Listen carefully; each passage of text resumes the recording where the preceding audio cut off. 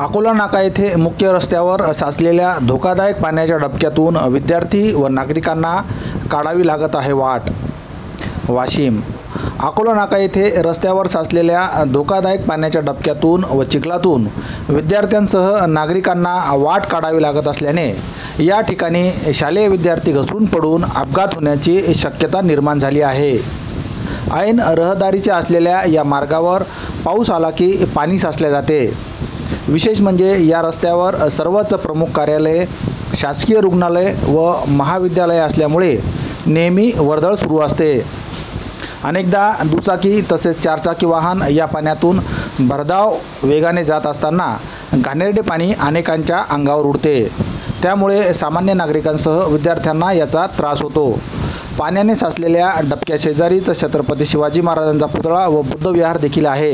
याबाबत तेथील नागरिकांनी दिलेल्या प्रतिक्रिया पुढीलप्रमाणे. जय महाराष्ट्र. अकोला नाक्यावर सध्या जो रस्ता आहे तिथे स्विमिंग पूल तयार झालेला आहे आणि गेल्या अनेक वर्षामध्ये या खड्डा बुजवण्याकरता लाखो रुपये प्रशासनाने खर्च केलेले आहेत. आता सध्या हा जो रस्ता आहे हा MSIDC हॅम्प प्रोजेक्ट जे आहे त्या अंतर्गत हा रस्ता आहे. त्या दिवशी मागेही असाच लाल मुरुम यांनी इथे आणून टाकला होता. याबाबत जेव्हा आम्ही तक्रार केली त्यावेळेस त्यांनी तो लाल मुरुम नुसता सावरला होता आणि त्यावेळेस जी विचारणा करण्यात आलेली होती तर किमान 3 वर्ष या रस्त्याला व्हायला लागतील.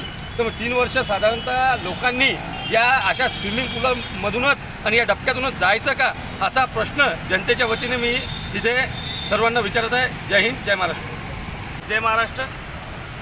हे अकोला नाका येथील महत्त्वाचा रस्ता असून 4 रोड येथे सरकारी दवाखाना, राजस्थान कॉलेज व कलेक्टर ऑफिसला जात असताना लोकांना भरपूर त्रास होत असतो. मागच्या वर्षी आम्ही तक्रार केली होती.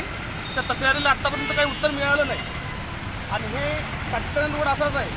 तिथं लोकांना भरपूर त्रास होतो. म्हणजे जर समजा विद्यार्थ्यांना काही पेशंटना काही झालं त्याचा जबाबदार कोण राहील याची आम्हाला त्याचं उत्तर पाहिजे.